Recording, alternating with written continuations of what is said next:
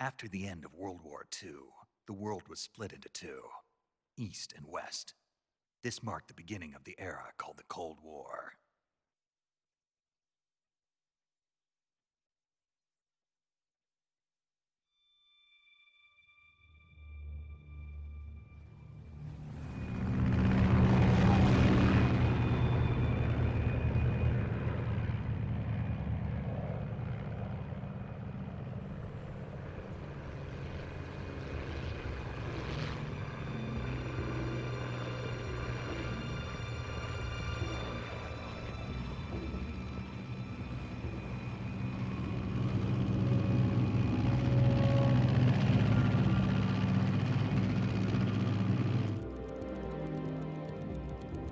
Pakistan, altitude 30,000 feet.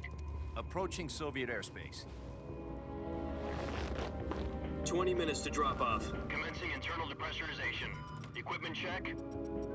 Arm main parachute. All right. You ready to go?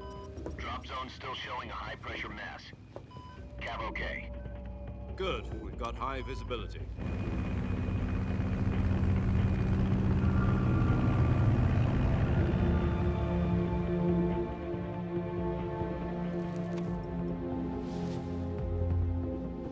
Put out that cigar. Connecting oxygen hose to interior connector. Put on your mask.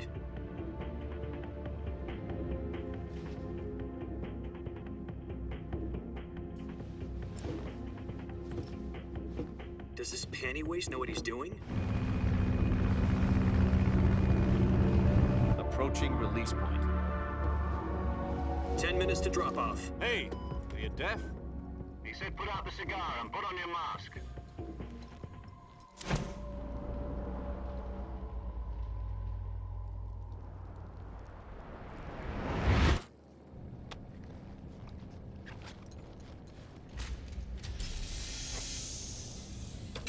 Depressurization complete. Checking oxygen supply. 6 minutes to drop off. Opening rear hatch.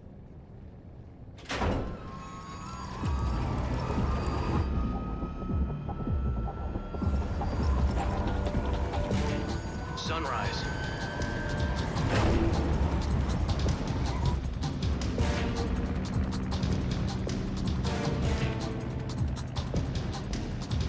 External temperature minus 46 degrees Celsius. 2 minutes to drop off. Stand up. You'll be falling at 130 miles per hour. Try not to get frostbite from the wind chill. 1 minute to drop off. Move to the rear. Activate bailout model. This is one for the history books. The world's first halo jump. 10 seconds to drop off. Stand by. Status okay. All green. Prepare for drop-off. Countdown. 5, 4, 3, 2, 1. Spread your wings And fly. God be with you.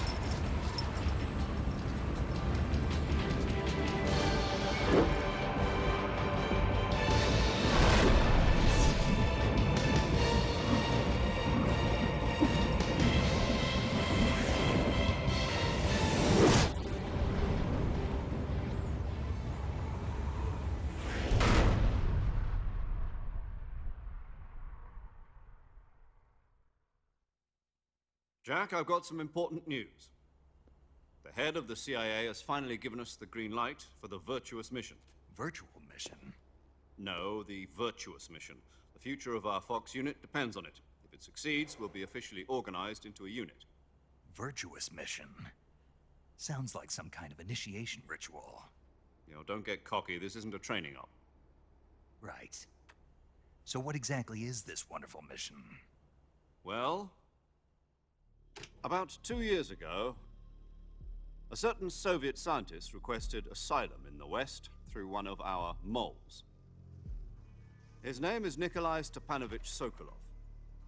He's head of the OKB-754 Design Bureau, one of the Soviets' top-secret weapon research facilities, and the East's foremost expert on weapons development. Sokolov?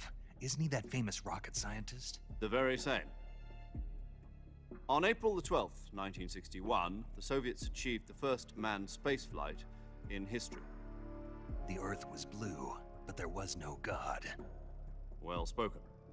The rocket that carried Yuri Gagarin into orbit was the A1, known as the Vostok rocket. Sokolov is said to be the man most responsible for the multi-engine cluster used in that rocket. After Gagarin's flight, Sokolov left rocket development to become the head of the newly established Design Bureau. From a lowly technician to head of a design bureau, that's quite a success story, so why do you want to defect? It seems he'd become afraid of his own creations. Afraid? Call it a crisis of conscience. And for that, he left his country and his family behind and went over the fence? Not exactly. One of his conditions was that his family was also to be taken safely to the west. We used a mole to get the family out first and succeeded in sneaking Sokolov over the Berlin Wall shortly afterwards. I was the one who conducted the operation. The security on the eastern side was still full of holes back then. Then what? We got Sokolov over in one piece, but the whole ordeal had left him exhausted, and we checked him into a hospital in West Berlin. It took him 2 weeks and more than 600 miles to get from the research facility in the Soviet Union to Berlin. He was in no condition to say anything coherent. And it was only a week later that we had something much bigger on our hands. The Cuban Missile Crisis. October the 16th, 1962, President Kennedy received word that the Soviets were in the process of deploying intermediate-range ballistic missiles in Cuba. The President demanded that the Soviets dismantle and remove the missiles. At the same time, he announced a naval blockade to prevent further missile shipments from reaching Cuba. But the Soviets didn't back down, instead placing their armed forces on secondary alert. Soviet transport ships carrying missiles continued on course towards Cuba. US and Soviet forces went on alert for an all-out nuclear war. Frantic negotiations were conducted through the UN's Emergency Security Council and unofficial channels to end the hair-trigger standoff. Finally, on October the 28th, the Soviet Union agreed to remove its missiles from Cuba.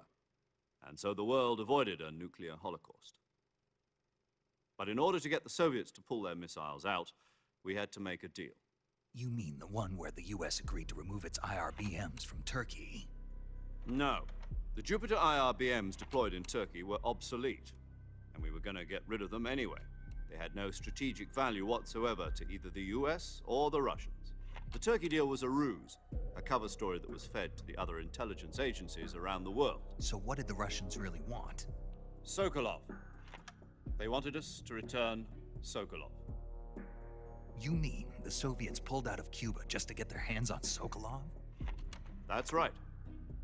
What the hell was he working on? At the time, we had no idea. We were running out of time. It was either give up Sokolov or risk full-scale nuclear war. In the end, we had no choice. President Kennedy gave in to Khrushchev's demand. The next day, I got Sokolov out of the hospital, handing him over to agents on the eastern side. Sokolov kept on screaming, "Save me," until he disappeared from my sight. Then a month ago, we received some new information from one of our moles. About Sokolov? Yes. He was taken back to the research facility and forced to continue working on the weapon in question under KGB supervision. What's more, it's on the verge of completion. So what kind of weapon is it? Something to do with space rockets? No, missiles. Same technology. I guess you're right. We don't know the details, but it appears to be a new kind of nuclear device. For half a year now, the Soviets have been conducting frequent nuclear tests at Semipalatinsk. Something to do with the weapon, I assume. We're talking about a secret weapon so big that Khrushchev was ready to pull out of Cuba to get it back. Is Sokolov still in the facility? No, according to our intelligence, he's in Selino-Yarsk, a place in the mountains about 3 miles to the west that's known as the Virgin Cliffs. The Virgin Cliffs. Nice name for a virtuous mission. They moved him there just recently. Why? Apparently, they're conducting a field test of the weapon, but it's our best chance to get him back. This mission would never have been possible if he was still in the research facility. This is our last chance. Sokolov must have known that too when he contacted us.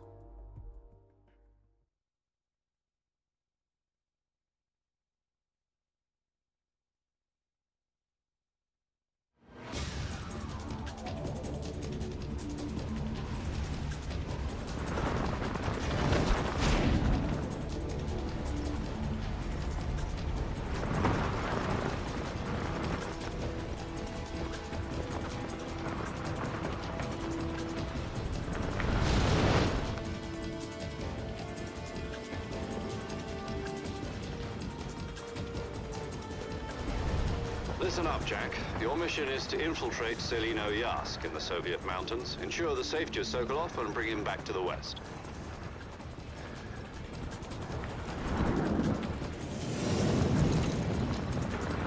If we don't get Sokolov back before that weapon is complete, we'll be facing a major crisis. The clock is ticking.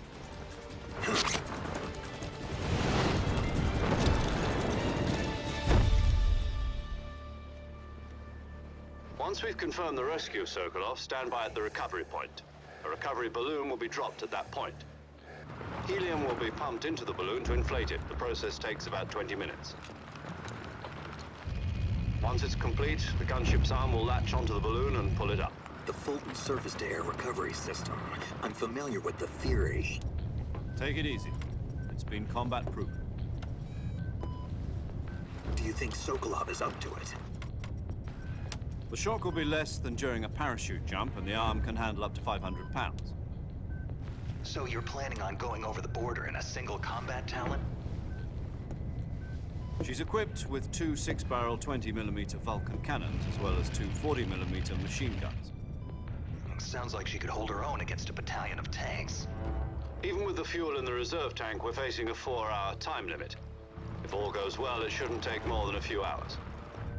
Home in time for dinner. But if anything goes wrong, you'll be eating dinner, breakfast, and all the rest of your meals in the jungle.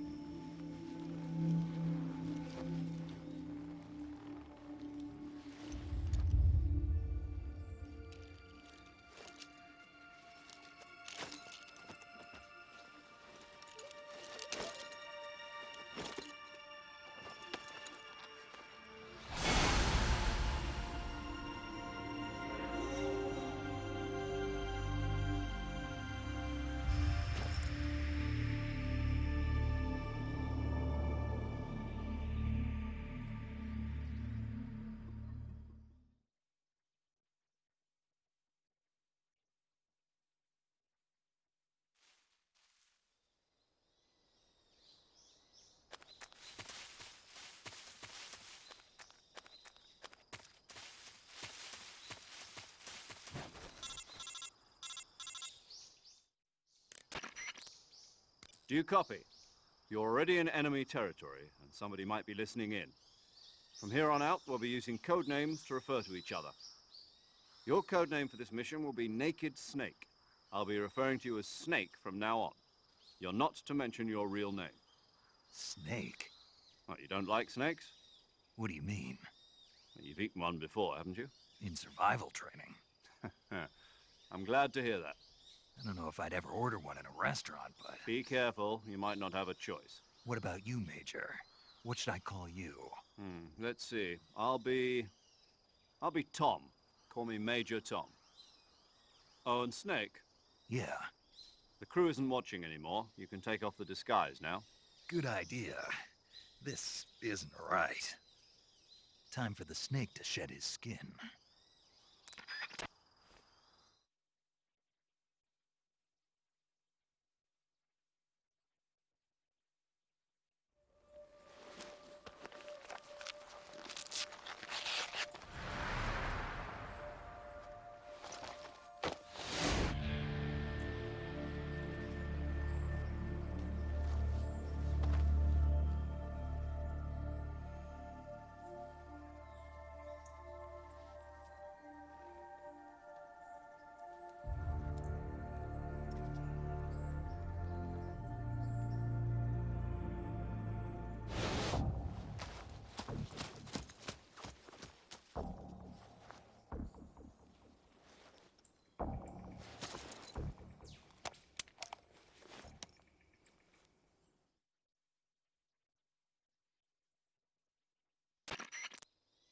Can you hear me, Major Tom? This is Snake. Kept you waiting, huh? This will be a sneaking mission. You must not be seen by the enemy. You must leave no trace of your presence. Is that clear? This kind of infiltration is the Fox unit's speciality. In other words, weapons and equipment are procured on site. That goes for food as well. You're completely naked, just as your name implies. Great. Now I see why you asked me if I like snakes. I suppose calling me Snake was your idea of a joke, too. No, there's a good reason for that. I'll tell you later when the time is right. Gotcha. Getting back to the subject, how exactly am I supposed to feed myself? You've been issued a knife and a tranquilizer gun. Use them to hunt for food. You'll also find some medical supplies in your backpack. Yeah, about the backpack. I lost it in a tree on the way down. I see. Well, you'd better go back and get it then. You know where it is? No problem. I can see it from here. It's stuck on a branch.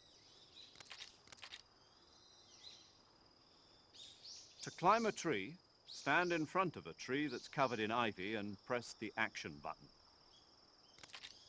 I'll be monitoring your progress over the radio.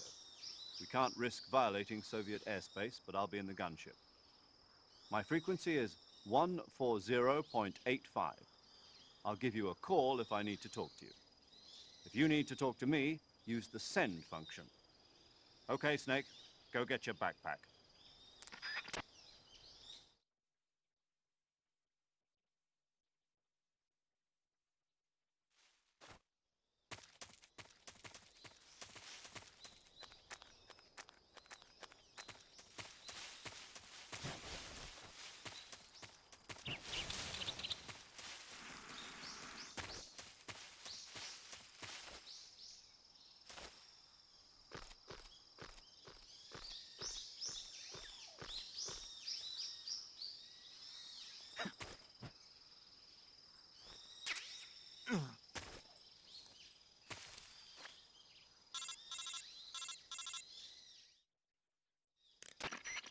I see you've retrieved your backpack, Snake.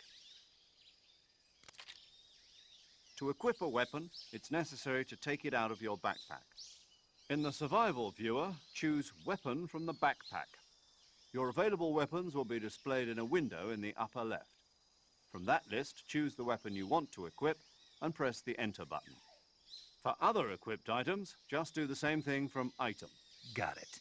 Use the survival viewer backpack. Yep, that's right.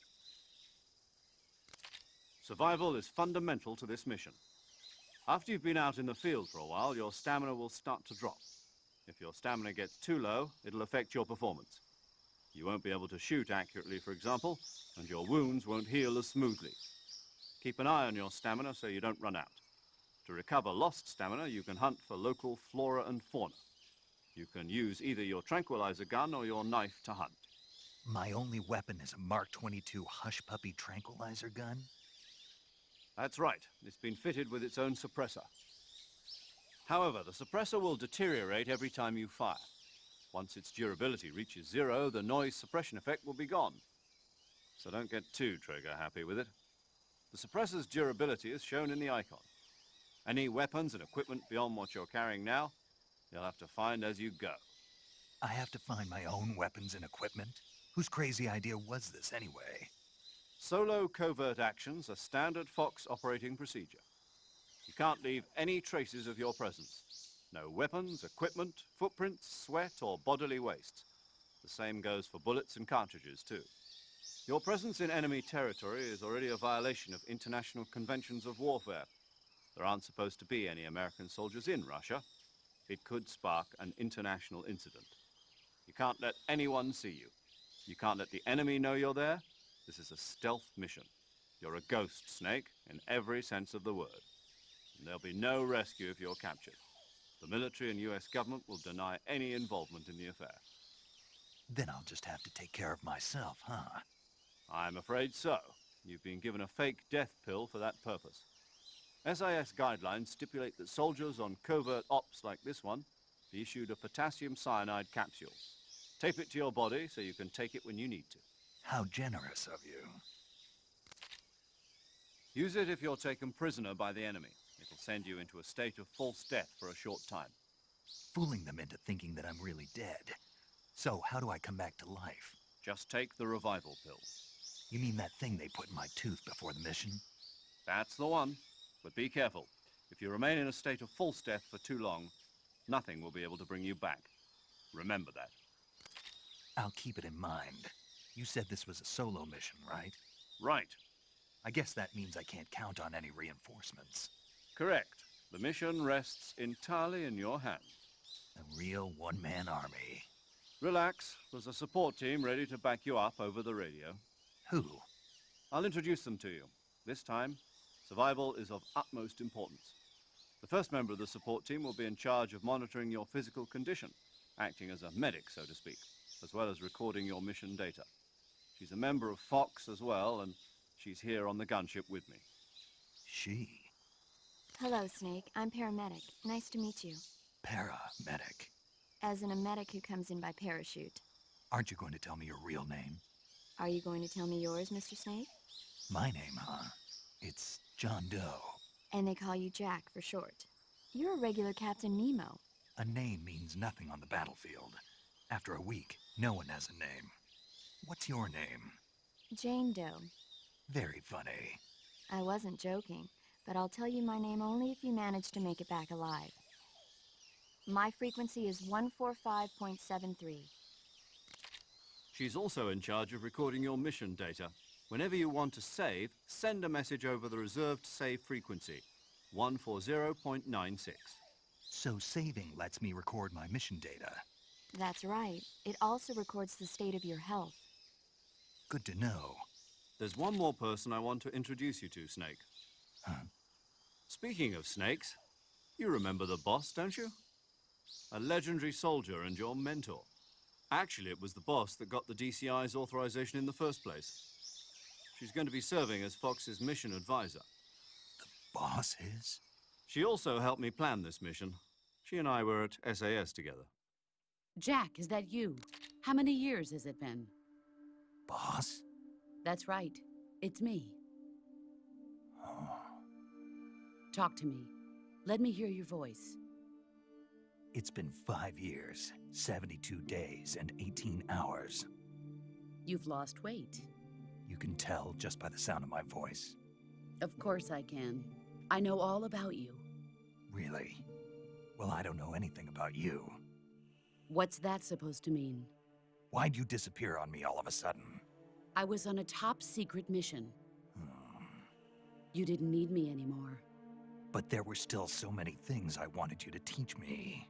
No, I taught you everything you needed to know about fighting techniques. I taught you all I could. The rest you needed to learn on your own. Techniques, sure. But what about how to think like a soldier? How to think like a soldier? I can't teach you that. A soldier needs to be strong in spirit, body, and technique. And the only thing you can learn from someone else is technique. In fact, technique doesn't even matter. What's most important is spirit. Spirit and body are like two sides of a single coin. They're the same thing. I can't teach you how to think. You'll just have to figure it out for yourself. Listen to me, Jack. Just because soldiers are on the same side right now doesn't mean they always will be. Having personal feelings about your comrades is one of the worst sins you can commit. Politics determine who you face on the battlefield. And politics are a living thing. They change along with the times. Yesterday's good might be tomorrow's evil. Is that why you abandoned me? No, it had nothing to do with you. I already told you, Jack. I was on a top-secret mission. A soldier has to follow whatever orders he's given. It's not his place to question why. But you're looking for a reason to fight. You're a natural-born fighter, but you're not quite a soldier. A soldier is a political tool, nothing more. That's doubly true if he's a career soldier. Right and wrong have no place in his mission. He has no enemies and no friends. Only the mission. You follow the orders you're given. That's what being a soldier is. I do whatever I have to get the job done. I don't think about politics. That's not the same thing. Sooner or later, your conscience is going to bother you. In the end, you have to choose whether you're going to live as a soldier or just another man with a gun. There's a saying in the Orient, loyalty to the end. Do you know what it means? Being patriotic. It means devoting yourself to your country. I follow the president and the top brass. I'm ready to die for them if necessary. The president and the top brass won't be there forever. Once their terms are up, others will take their place. I follow the will of the leader, no matter who's in charge. People aren't the ones who dictate the missions. Then who does? The times. People's values change over time, and so do the leaders of a country. So there's no such thing as an enemy in absolute terms. The enemies we fight are only enemies in relative terms, constantly changing with the times. As long as we have loyalty to the end, there's no point in believing in anything, even in those we love. And that's the way a soldier's supposed to think? The only thing we can believe in with absolute certainty is the mission, Jack. All right, but do me a favor. What is it? Call me Snake. Snake. Oh, right. Your code name is Snake. It suits you well. That's right. The legendary unit that the boss put together during World War II was a snake. The Cobra unit, a group of heroes that brought the war to an end and saved the world. As long as you've got a legendary hero backing you up, you'll be fine. Isn't that right, Snake? Yeah, I can't think of anyone else I'd rather have with me. Oh, and one more thing, boss. Yes? It's good to hear your voice again. Same here. After all, who knows if either of us will make it out alive? Snake, you are always best at urban warfare and infiltrating buildings. But this is the jungle. Survival is going to be key. Those CQC techniques I taught you are sure to come in handy. CQC? Close quarters combat, huh? I've been in the Green Berets for the past few years. I'm probably pretty rusty. Not to worry. I'll be here to help you remember. After all, this is your first actual survival mission. I'll be supporting you over the radio. Where are you, boss? Next to the Major? The boss is communicating with us by radio from aboard a Permit-class submarine in the Arctic Ocean. My frequency is 141.80. Call me if you need my advice on battle techniques. Gotcha. Your mission is to retrieve Dr. Sokolov. Dr. Sokolov is being held in an abandoned factory located to the north of your current position. Avoid heavy combat and don't let anyone see you. Don't forget that this is a stealth mission.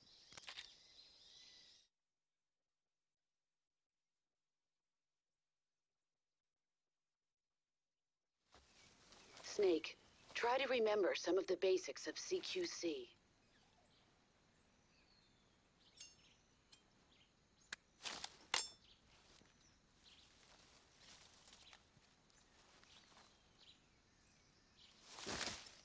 Commencing virtuous mission now.